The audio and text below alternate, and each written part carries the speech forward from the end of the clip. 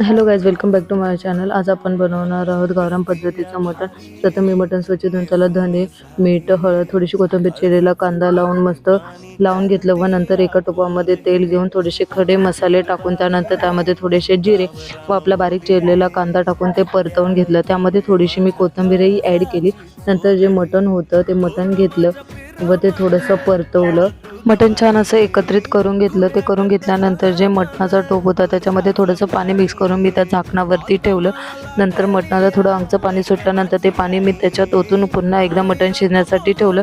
त्यानंतर दुसरीकडे मी काळ्या मसाल्याचे वाटण एका टोपामध्ये घेतलं। वाटण परतून घेतल्यानंतर त्यामध्ये मी हळद, मालवणी मसाला, गरम मसाला सगळे हे मसाले एकदम मिक्स करून त्यानंतर त्याच्यामध्ये जे आळणी पाणी होतं ते आळणी पाणी टाकून व मटण टाकून सगळं मिक्स करून घेतलं। बघा किती छान तरी आली आहे। त्यानंतर मी त्यामध्ये थोडा एव्हरेस्टचा मसाला टाकला वरतून चवीसाठी व कोथिंबीर टाकून मटण तयार।